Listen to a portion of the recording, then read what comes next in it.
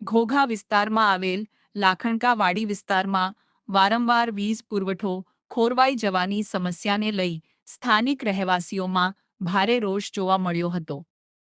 મળતી માહિતી મુજબ આજરોજ સાંજે આશરે 4 કલાકે લાખણકા વાડી વિસ્તારના રહેવાસીઓ ઘોઘા સ્થિત પીજીવીસીએલ કચેરી ખાતે પહોંચ્યા હતા અને અવારનવાર સર્જાતી લાઇટની સમસ્યાનો તાત્કાલિક ઉકેલ લાવવા માટે ઉગ્ર રજૂઆત કરી હતી.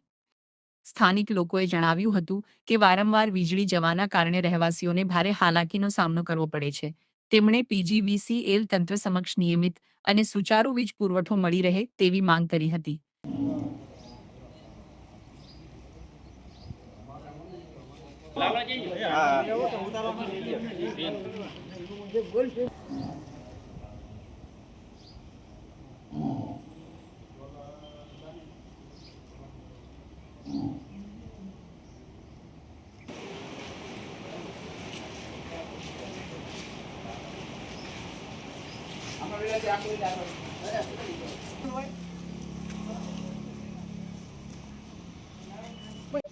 તમારું નામ ભાઈ? લાલજીભાઈ પોલાભાઈ વેગડ લાખણકા.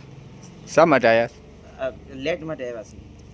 ક્યારની લાઈટ નથી ભાઈ? લેટ રાતે વહી ગઈ હતી, 11 વાગ્યા પહેલાં વહી ગઈ હતી. તો અમે રાતે અહીંયા 12:48 અમે અહીંયા ઓફિસે આવ્યા. કઈ જગ્યાએ ઓફિસમાં આવ્યા હતા? અહીંયા ઘોઘા આવ્યા હતા પીજીસીએલમાં. અને રાતે પછી પાછી લેટ ચાલુ કરી હતી 12:30 વાગે પછી. અને લાકડા અને ઝાડવા બધા અડે છે. ગોયલ રાજુભાઈ ભૂથાભાઈ, હું હાલ લાખણકા સરપંચ તરીકે ફરજ બજાવું છું.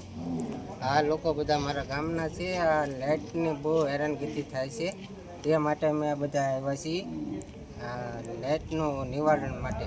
ક્યારના હેરાન થાય છે ભાઈ?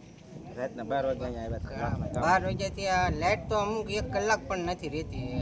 અડધી કલાક આવે ને પછી 3-4 કલાક વહી જાય ને ક્યારેક તો હમું ત્યાં આવતી જ નહીં. 4-4 દિવસ વાડીઓમાં પણ લાઇટ નથી આવતી.